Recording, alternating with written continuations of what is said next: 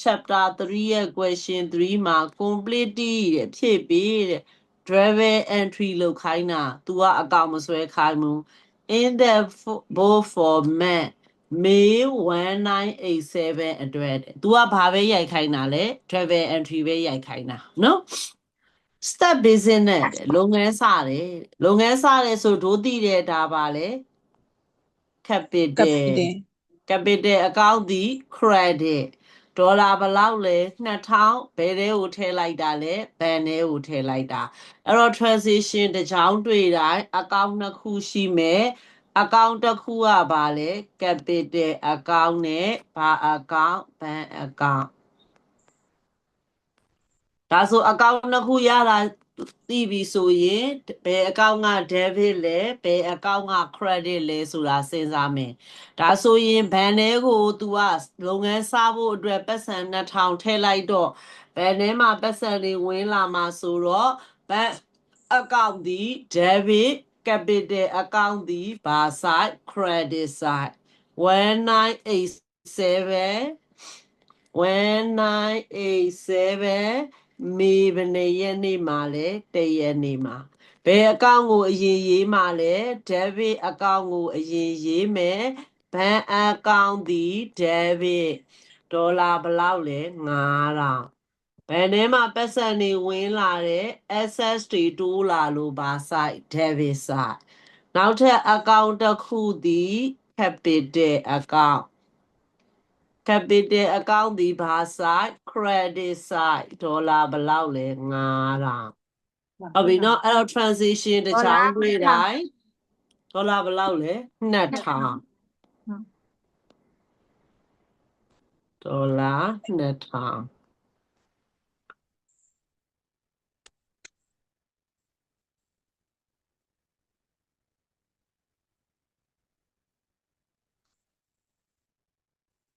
အဲ့တော့ transition တစ်ချောင်းတွေ့တိုင်း account နှစ်ခုစဉ်းစားပြီးပြီဒါဆိုရင်အဲ့လိုစဉ်းစားပြီးပြီဆိုဒီရှယ်တို့ဘယ်ထဲသွားထည့်မှာလဲ account ထဲသွားထည့်မယ် date particular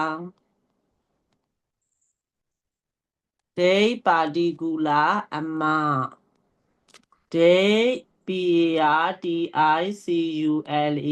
particular amount ဒါဆိုရင်ကလေးတွေကအပြည့်ရေး date particular amount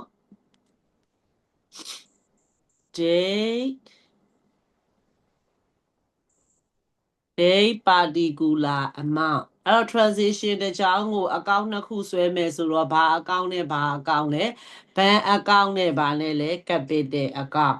ဒီချေတို့ဘာအရင်ဆုံးရေးမလဲ account တိုက်တဲ့အရင်ရေးရမယ်ဘဏ် account ဘဏ် account ရဲ့ capital capital account အဲ့တော့ account တိုက်တယ်လုပ်ပြီးရင်ကလေးတွေဘာထည့်မလဲဘာအရင်ဆုံးထည့်မလဲamount ရေးထည့်မှာမဟုတ်ဘူးเนาะဒါဆိုရင် amount ကဘယ်လောက်လဲ2000ဘဏ် account ရဲ့ debit side မှာ2000 capital account ရဲ့ credit side မှာ2000 amount ထည့်ပြီးဘာထည့်မှာလဲ date ထည့်မယ်မေဘယ်နှစ်ရက်2ရက် date ထည့်မယ်မေဘယ်နှစ်ရက်လဲ2ရက် particular ကိုဖြောင်းပြန်ပြန်ညွှန်းတော့ဘဏ် account ကိုဘာလို့ညွှန်း capital account လို့ညွှန်း capital account ကိုဘာလို့ညွှန်းမှာလဲဘဏ် account လို့ညွှန်းမှာဟုတ်လားကလေးတွေဟုတ်ပါရဲ့ရှင်ဒီနေ့ကဒီချက်လေးညလေသမီးတို့ကိုလုတ်ခိုင်းတာလေရသလားဟုတ်ပါကြီးပဲမေဟိုအတိတ်ကလေးတွေရောစရင်ခုမှစတဲ့ကလေးတွေရောရလားမနေ့ကအကောင့်ဆွဲတာဆွဲတတ်လားကလေးတွေဟုတ်တီရှင်ဆွဲတတ်တယ်နော်အခု transition တစ်ချောင်းတွေ့တိုင်း double entry ရင်ရိုက်တယ်ဒီမှာ double entry ရင်ရိုက်တယ်ပြီးရင်ဘယ်ထဲထည့်လိုက်တာလဲအကောင့်ထဲကိုထည့်တာဒီတိုင်းထည့်တာရလားကလေးတွေဒီနေ့အမကကိုမီဒီမှာအတမ်းဟုတ်ပြီနော်ဒါဆိုရင်မေ2ရက်နေ့မှာကြည်ရအောင်ဒီပု္ပ္ပစာကဒီချက်ကလုံးတက်အောင်လို့ပြောရနော်ပု္ပ္ပစာဘာပဲရိုက်ခိုင်းတာလဲ double entry ပဲရိုက်ခိုင်းတာနော်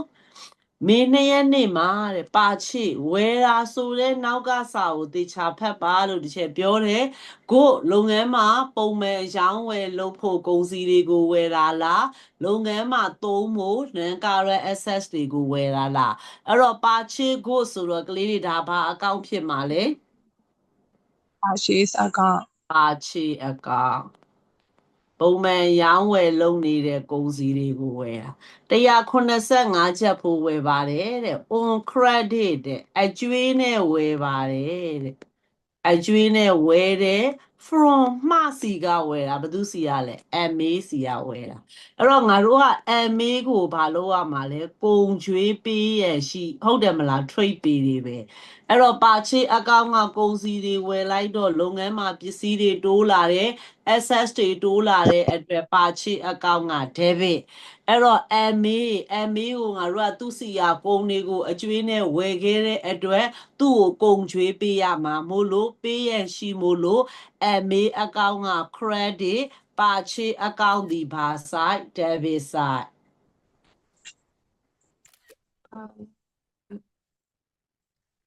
အဲ့တော့ travel entry ရိုက်မယ်ဘယ်နေ့မှာလဲမေလ2 ရက်နေ့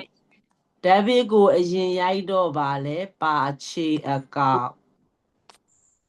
ပါချေအကောင့်ဒီဘာ side debit side ဒေါ်လာဘယ်လောက်လဲ185လုပ်ငန်းမှာပစ္စည်းတွေဝယ်လာတဲ့ access တွေတိုးလာလို့ပါချေအကောင့်က debit ဘသူစီရဝယ်တာလဲ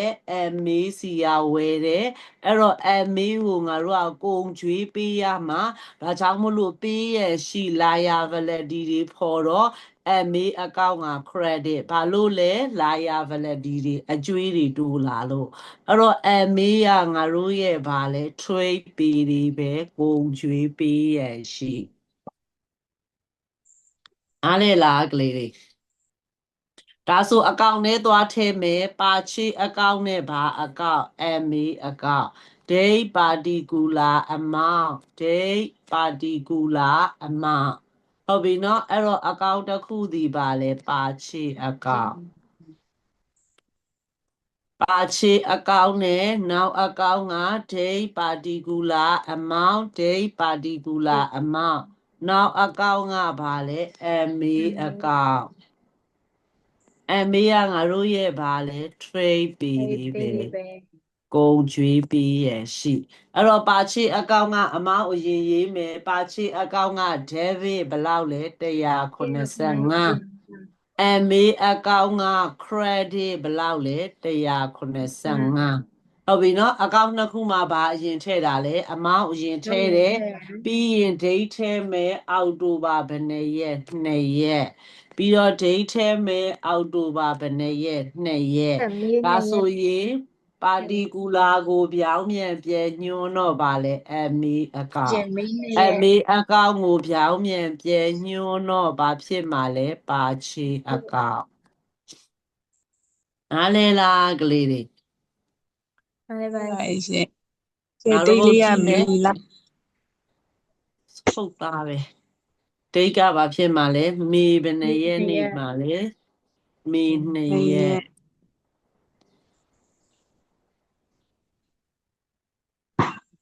ဒိတ်ကမေ2 ရက်ဒိတ်ကမေ2 ရက်ဒါဆိုရင်နောက်တစ်ပုတ်ကြည့်မယ်ဘယ်နေ့မှလဲဆို3 ရက်နေ့ဒီချေတို့ဘောဆိုတဲ့စာကိုတွေ့တိုင်းနောက်ကစာကိုတေချာဖတ်ပါဟုတ်ပြီနော်လုပ်ငန်းမှာပုံမှန်ရောင်းဝယ်လုပ်နေတဲ့ကုန်စည်တွေကိုဝယ်တာလားဟုတ်ပြီနော်လုပ်ငန်းမှာသုံးဖို့ non-current assets တွေကိုဝယ်တာလားအဲ့တော့ तू ကဘောဝယ်ပါတယ်တဲ့ feature and fitty ပရိဘောဂပစ္စည်းတွေဝယ်တာဆိုတော့ဘာဝယ်တာလဲ non-current assets တွေကိုဝယ်တာ150ဘိုးဝယ်ပါတယ်တဲ့ pay by check ဟုတ်ပြီနော်ချက်လို့တွေ့တိုင်းဘန်လို့မှတ်ဆိုတော့ဘန်ထဲကနေပတ်စံ150ထုတ်ပြီးတော့ဘာတွေဝယ်တာလဲ non-current assets တွေကိုဝယ်တာအဲ့တော့ transition တစ်ချောင်းတွေ့တိုင်းအကောင့်နှစ်ခုစဉ်းစားရမယ်ဘာအကောင့်လဲ FIHTURE feature and fitting feature FPT အကောင့်ရဲ့ဘာအကောင့်ရဲ့လဲဘဏ်အကောင့်ရဲ့ဒါဆိုရင် transaction တစ်ချောင်းတွေ့တိုင်းအကောင့်နှစ်ခုကိုအရင်စဉ်းစားမယ်အကောင့်နှစ်ခုစဉ်းစားပြီးရင်ဘယ်အကောင့်က debit လဲဘယ်အကောင့်က credit လဲဆိုတာစဉ်းစားရမယ်အဲ့တော့လုပ်ငန်းမှာပရိဘောဂပစ္စည်းတွေဝယ်လာတော့လုပ်ငန်းမှာပစ္စည်းတွေတိုးလာတယ် access တွေတိုးလာလို့ feature F50 အကောင့်မှာဘာဆိုင် debit ဆိုင်ဘယ်နေရပတ်စံတွေထုတ်ဝယ်တော့ဘယ်နေရပတ်စံတွေထွက်သွားမှာမို့လို့ဘဏ်အကောင့်မှာ credit ဒီချေတို့အကောင့်သွားထည့်မယ်ဘဏ်ကဘာလုပ်ပြီးသားရှိပြီးသားဟုတ်ပြီနော်အဲ့တော့ငါတို့အကောင့်တစ်ခုက date particular amount ဘာအကောင့်မယ်ဆွဲရမှာလဲ FIHTURE feature F50 အကောင့်feature F50 ကဘာအကောင့်နေလဲ non current access တွေအဲ့တော့ပါ feature F50 အကောင့်ကအမောင်းအရင်ရေးတော့ဘာ site debit site ဘယ်လောက်လဲ150 feature F50 အကောင့်မှာ debit ဘယ်အကောင့်မှာ credit ဘာအရင်ရေးတာလဲအမောင်းအရင်ရေးတယ်ပြီးရင် date ထည့်မယ်ဘယ်နေ့မှာလဲမေဘယ်နေ့ရက်နေ့မှာလဲ3ရက်နေ့မေ3ရက်ဟုတ်ပြီเนาะအဲ့တော့ feature F50 အကောင့်မှာမေဘယ်နှစ်ရက်နေ့မှာလဲ3ရက်နေ့ပြောင်းမြန်ပြန်ညွှန်းတော့ particular ကိုပြောင်းမြန်ပြန်ညွှန်းတော့ feature F50 အကောင့်ဒီဘယ်အကောင့်ဘယ်အကောင့်ဒီဘာဖြစ်မှာလဲ feature F50 အကောင့်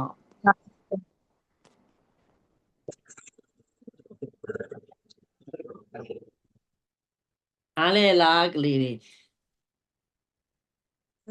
ရှင်အားရပုတ်ကြည့်မယ်မေ9ရက်နေ့မှာစိုးရောင်းတဲ့ကိုကုံစီတွေကိုရောင်းနေဆိုတော့ဒါပါအကောင့်စီအကောင့် forecast ငွေသားနဲ့ရောင်းနေဆိုတော့လက်ငင်းရောင်းတော့ပါလေ cash အကောင့်အဲ့တော့ transition တစ်ချောင်းတွေ့တိုင်းအကောင့်နှစ်ခုစဉ်းစားမယ်စီအကောင့်နဲ့ဗာနဲ့လေ cash အကောင့်ကုန်စည်တွေရောင်းလိုက်တော့လုပ်ငန်းကပစ္စည်းတွေထွက်သွားမှာ access တွေရော့သွားမှာမို့လို့စီအကောင့်မှာ credit လက်ငင်းရောင်းလိုက်တော့ပတ်စံတွေဝင်လာမယ်လုပ်ငန်းမှာငွေတွေဝင်လာမှာမို့လို့ cash အကောင့်မှာဗာဆိုင် debit ဆိုင်အဲ့တော့ transition ကို double entry အရင်ရိုက်မယ်မေဘယ်နှစ်ရက်နေ့မှာလဲမေလ5ရက်နေ့debit ကိုအရင်ရေးတော့ဗာလဲ cash account cash account ဒီ debit amount ဘယ်လောက်လဲ285လုပ်ငန်းမှာပတ်စံတွေဝင်လာတဲ့ access တွေတိုးလာလို့ debit side ပစ္စည်းတွေရောင်းလို့ဝင်လာတာအဲ့တော့ရောင်းလိုက်တော့ပစ္စည်းတွေကလုပ်ငန်းကထွက်သွားမှာ say account က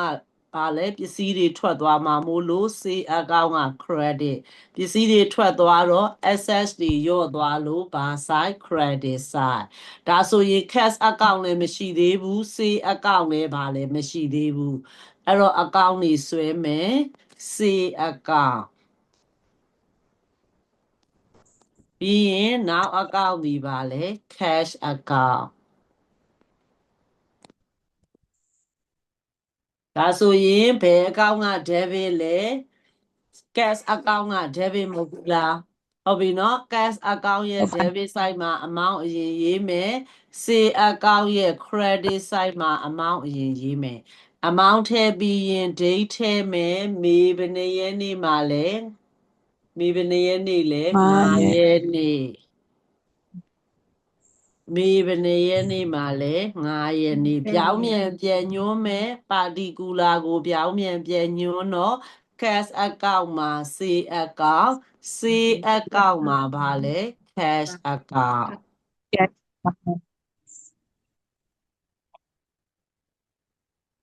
ကဲနောက်တစ်ပုဒ်ကြည့်မယ်မေ6ရက်နေ့မှာတဲ့ဘော့ဝယ်ပါတယ်တဲ့အဲ့တော့ဘော့ဆိုတဲ့စာကိုတွေ့တိုင်းနောက်ကစာကိုတေချာဖက်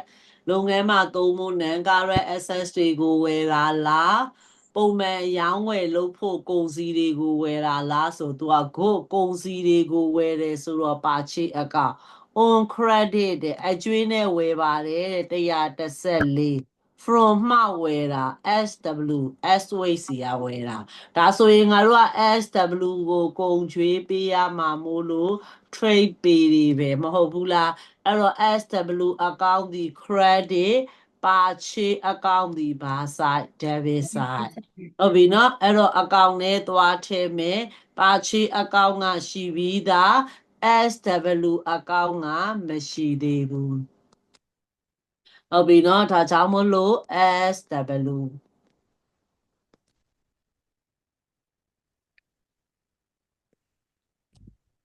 ဒါဆို तू ကငါတို့ရဲ့ဗာလဲ trade ပေးတွေပဲ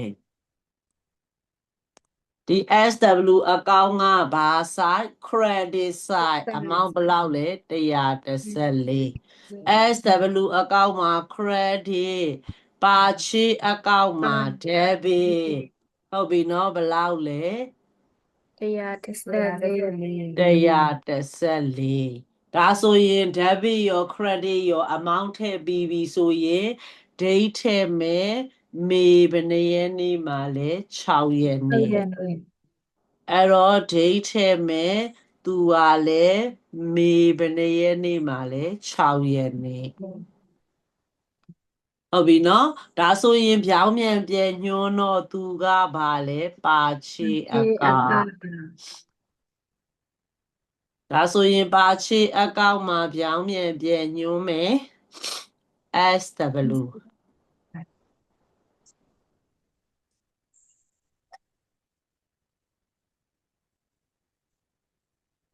ဒါဆိုနောက်တစ်ပုဒ်ကြည့်ရအောင်10ရက်နေ့မှာတဲ့ base ပေးလိုက်တယ်အဲ့တော့လုပ်ငန်းကပေးလိုက်တာလုပ်ငန်းဘက်ကစဉ်းစား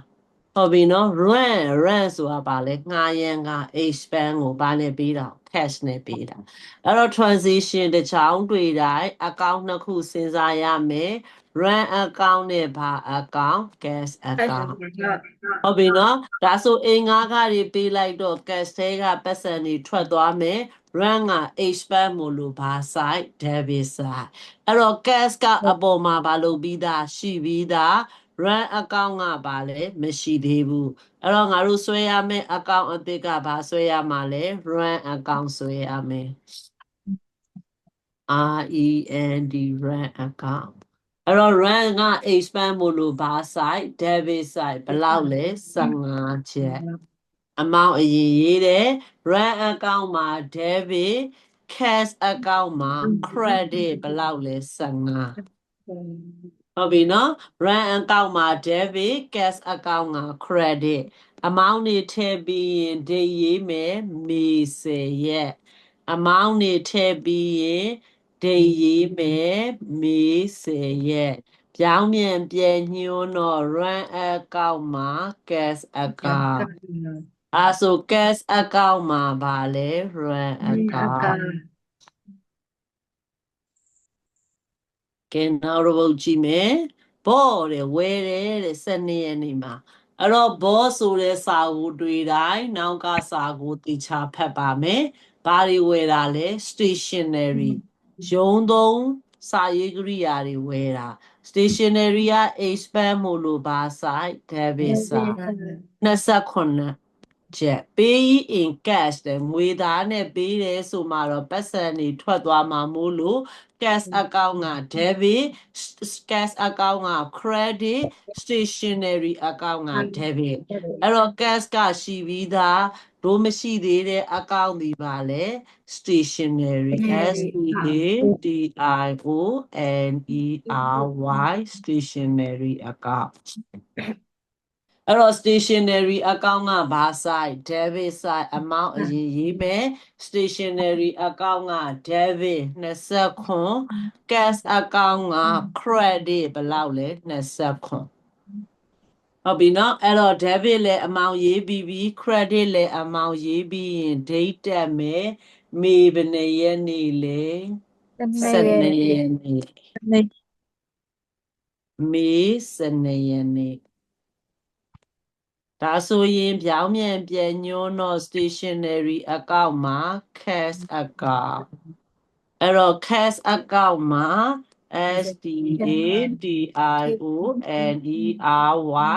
stationery stationery account နောက်တစ်ပုဒ်ကြည့်အောင် go return ကုန်စည်တွေကိုပြန်ပို့တယ်ဒါဆိုပြန်ပို့တယ်ဆိုတာကငါတို့စီမှာငါတို့ကပါချေဝယ်ထားတာကိုပြန်ပို့တာလားဟုတ်ပြီနော်စေးရောင်းထားတာကိုပြကိုစီကိုပြန်ပို့တာလားအဲ့တော့ MA ကိုကြည့်အောင် MA ကဘယ်နှစ်ရက်နေ့မှာဝယ်ထားတာ2ရက်နေ့မှာဝယ်ထားတာဒါဆိုရင်ဒီ return ဒီဘာ return ပါချေ return ကုန်စည်တွေပြန်ပို့တော့လုပ်ငန်းမှာပစ္စည်းတွေထွက်သွားမှာမို့လို့ပါချေ return အကောင့်ဒီဘာဆိုင် credit ဆိုင်အဲ့တော့ MA ကိုငါတို့ကပေးရရှိတွေလျော့တာ liability တွေလျော့သွားလို့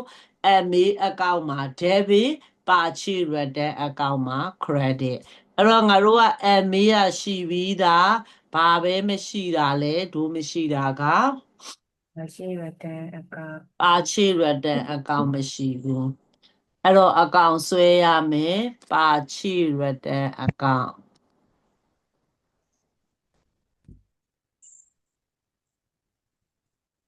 ပါချေ return အကောင့်ကဘာဆိုင် credit ဆိုင်ဘယ်လောက်လဲ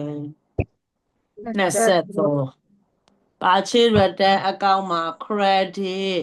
MA အကောင့်မှာဘာဆိုင် debit ဆိုင်ဘယ်လောက်လဲ amount က23 debit amount ရော credit amount ရောထည့်ပြီးပြီဆိုရင် date ထည့်မယ်မေဘယ်နှစ်ရက်နေ့မှာလဲ18ရက်နေ့ date ထည့်မယ်မေဘယ်လောက်18ပြောင်းမြန်ပြန်ညွှန်းတော့သူကပါလဲ MA အကောင့်ပြောင်းမြန်ပြန်ညွှန်းတော့ MA အကောင့်မှာပါလဲပါချီ return အကောင့်ပါချီ return အကောင့် transition တစ်ချောင်းလေးဖတ်လိုက် double entry လေးရိုက်လိုက်ပြီးရင်ဗာလေးဆွဲလိုက်အကောင့်လေးဆွဲလိုက်နော်ကလေးတွေဒါဆိုကြည့်ရအောင်23ရက်နေ့မှာစိုးရောင်းတဲ့ကုန်စည်တွေကိုရောင်းတော့ပါလေစေးအကောင့်ရောင်းလိုက်တော့လုပ်ငန်းကပစ္စည်းတွေထွက်သွားမှာ access တွေရော့သွားမှာမို့လို့စေးအကောင့်ဒီ credit on credit တဲ့အကျွေးနဲ့ရောင်းပါတယ်တို့ရောင်းပါတယ်ဦးဟန်နရီကိုရောင်းတယ်89ကျပ်ဖိုးရောင်းတယ်ဒါဆိုဦးဟန်နရီစီကငါတို့က trade receivable ကုန်ကြွေးရရရှိမို့လို့ဦးဟန်နရီအကောင့်က debit စေးအကောင့်က credit တို့ငါတို့ကစေးအကောင့်ကရှိပြီးသားဘယ်သူပဲမရှိတာလဲဦးဟန်နရီအကောင့်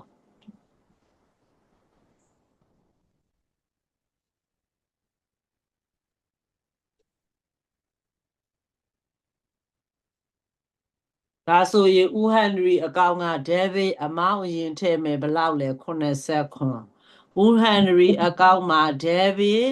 စေးအကောင့်မှာ credit ဘယ်လောက်လဲ89 debit ရော credit ရောထည့်ပြီးရင် date ထည့်မယ်မေဘယ်နှစ်ရက်နေ့မှာလဲ23ရက်နေ့အဲ့တော့ date ထည့်မယ်မေဘယ်လောက်လဲ23ပြောင်းမြန်ပြန်ညွှန်းတော့ဦးဟန်နရီအကောင့်မှာစေအကောင့်အဲ့တော့စေအကောင့်မှာဦးဟန်နရီအကောင့်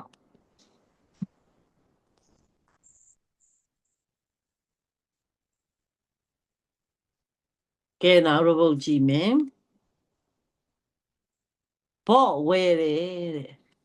ဘော့ဝဲတယ်ဒီကောင်လေးကိုပြင်ထားလာအုံးယူလို့ဟုတ်ပြီနော်ဘော့ဆိုတဲ့စာကိုတွေ့တိုင်းနောက်ကစာကိုတေချာဖက်လုပ်ငန်းမှာသုံးဖို့ non-current assets တွေကိုဝယ်တာလားလုပ်ငန်းမှာပုံမှန်အယောင်းဝယ်လုပ်နေတဲ့ကုန်စည်တွေကိုဝယ်တာလားဆိုပြီးတော့ဘာလို့မှလဲတေချာဘာလို့မှလဲဖက်ပါ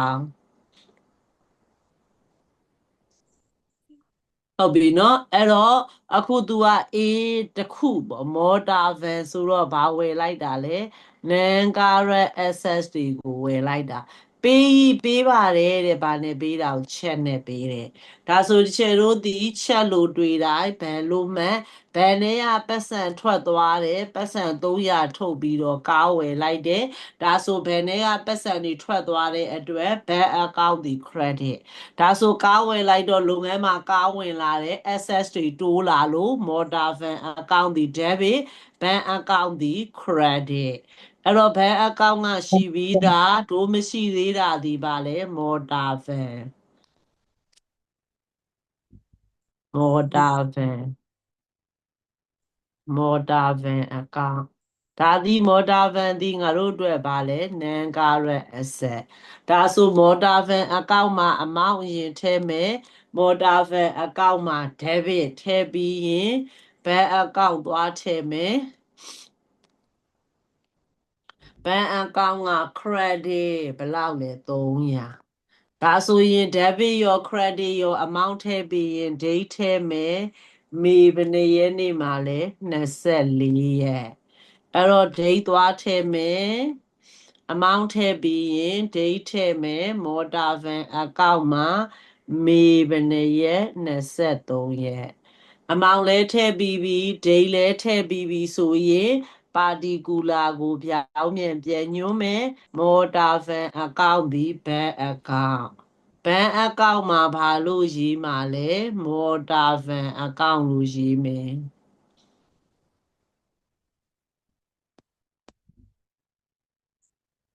motor van account ရမယ်နော်ကလေးတွေရလားဒါဆိုရင်နောက်တော့ပုတ်ကြည့်ရအောင် base ပေးပါတယ်တဲ့ the man နဲ့ဒီလအတွက်ဝေးချက်လောက်ခလာစာပေးတယ်ဒါဆိုရင်ဝေးချက်ကဒီချေတို့သိတယ် expand by cash နဲ့ပေးတယ်တဲ့အဲ့တော့ဝေးချက်ဝန်ထမ်းတွေကိုလောက်ခလာစာပေးတယ်ဝေးချက်က expand မလို့ဝေးချက်အကောင့်မှာ debit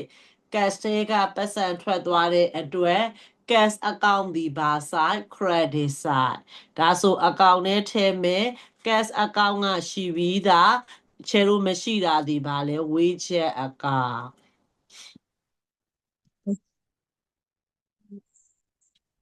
account ဆွဲမယ်ဝေးချက် account ဝေးချက်ကငါတို့တွေသူကဘာလဲ expand account နော်အဲ့တော့ debit ထည့်မယ်ဝေးချက် account ကဘယ်လောက်လဲ119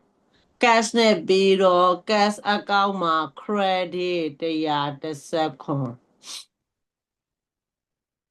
cash account မှာ credit 119အဲ့တော့ amount က debit ရော credit ရောထည့်ပြီးရင် date ထည့်မယ်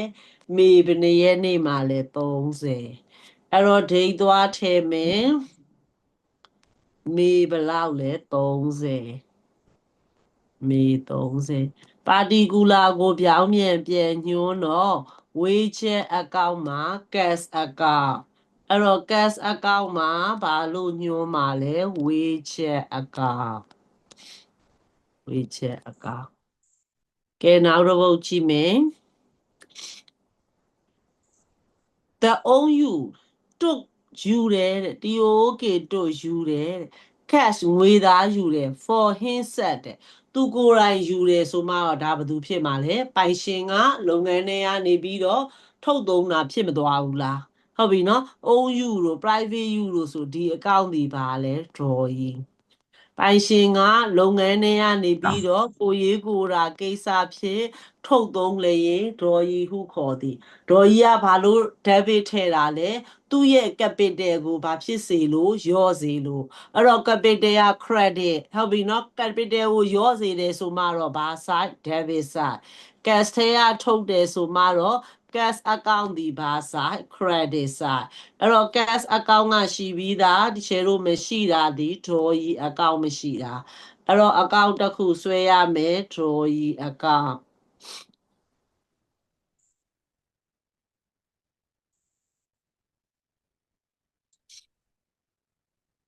date particular amount date particular amount account ဒီပါလဲ drawee account ဟုတ်ပြီနော်အဲ့တော့ဘာအရင်ထည့်မှာလဲ amount အရင်ထည့်မယ် drawee account က debit cash account က credit cash account က credit ဘယ်လောက်လဲ44 amount debit ရော credit ရောထည့်ပြီးရင် date ထည့်မယ်မေ31 date ထည့်မယ်မေ31 particular မှာပြောင်းပြန်ပြန်ညွှန်းတော့ drawee account မှာ cash account cash account မှာ drawee account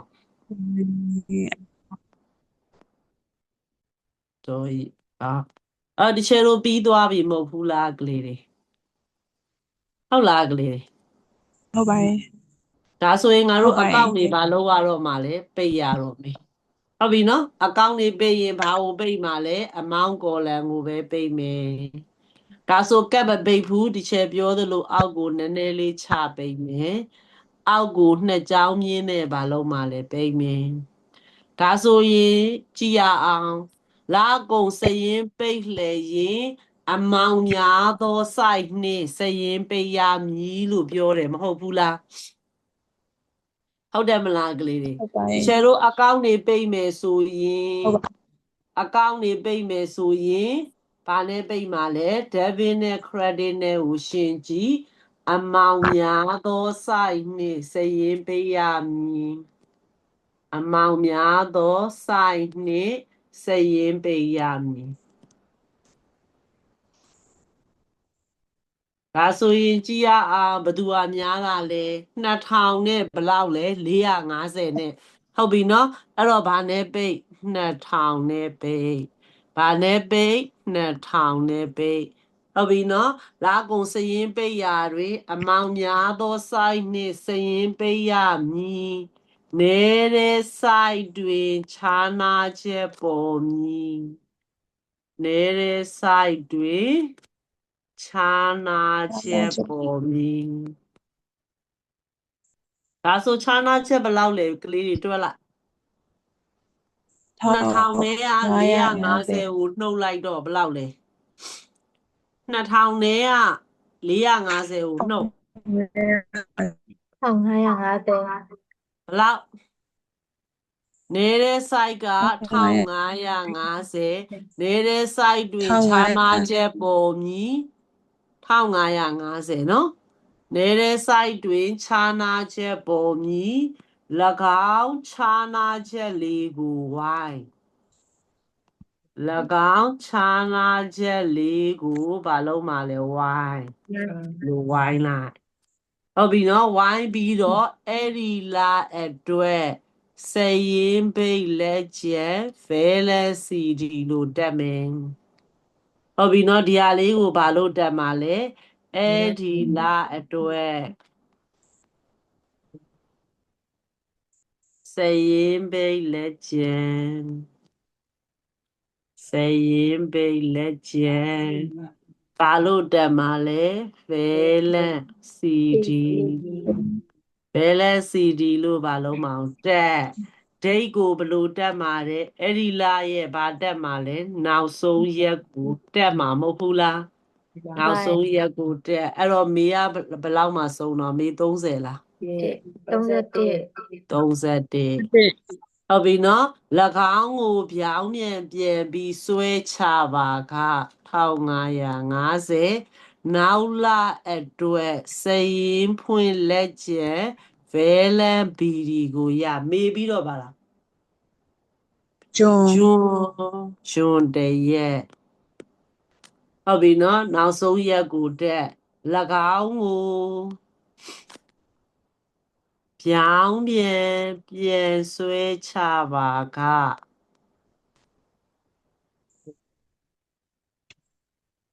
နောက်လအတွက်စရင်ဖွင့်လက်ကျန်နောက်လအတွက်စရင်ဖွင့်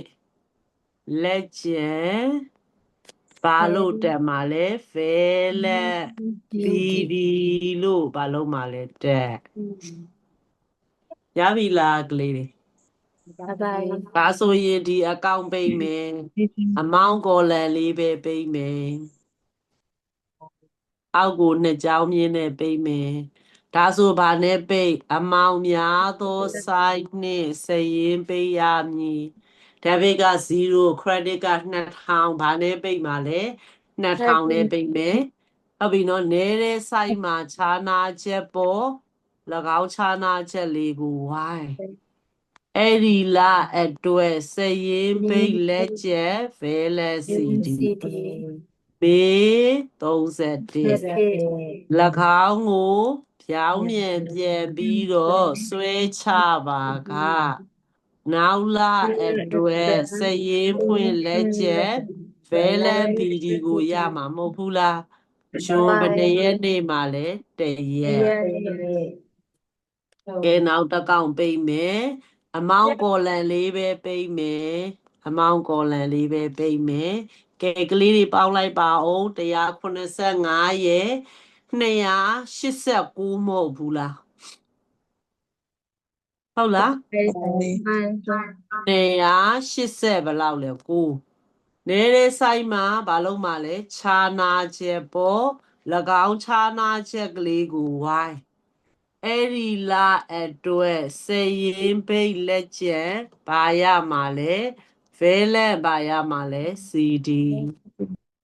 မေဘယ်နှစ်ရက်31၎င်းကိုပြောင်းမြန်ပြန်ပြီးတော့ဆွဲချပါကနောက်လအတွက်စရင်ဖွင့်လက်ချက်ဗဲလက်ဘီဒီကိုရမယ်နောက်လ1ရက်နေ့ကဂျွန်1ရက်ဒါဆိုရင်ဒီအကောင့်လဲပိတ်မယ်အမောင်းကော်လန်လေးပဲပိတ်မယ်အမောင်းကော်လန်လေးပဲပိတ်မယ်များရနဲ့ပိတ်ဆိုတော့ကလေးတွေ23နဲ့185ဘယ်ဟာပူများလာလဲ185နေတဲ့ site က debit site မှာခြားနာချက်ပေါ်မှာเนาะ185ရာ23ကိုနှုတ်ဘယ်လောက်ရလဲ152နေတဲ့ site မှာ152ချက်ရေးတာမှန်တယ်မလားအမှန်ဟုတ်ပြီเนาะအဲ့တော့အဲ့ဒီလာအတွက်စရင်ဘိတ်လက်ချက်ဗဲလက် CD မေ31၎င်းကိုပြောင်းမြန်ပြန်ပြီးတော့ဆွဲချရင်နောက်လအတွက်စရင်ဖွင့်လက်ချက်ဗဲလက် BD နောက်လဆိုတော့ဂျွန်1ရက်ကဲနောက်တစ်ကောင်ပိတ်မယ်အမောင်းကော်လန်လေးပဲပိတ်အမောင်းကော်လန်ပဲပိတ်150နဲ့ပိတ်150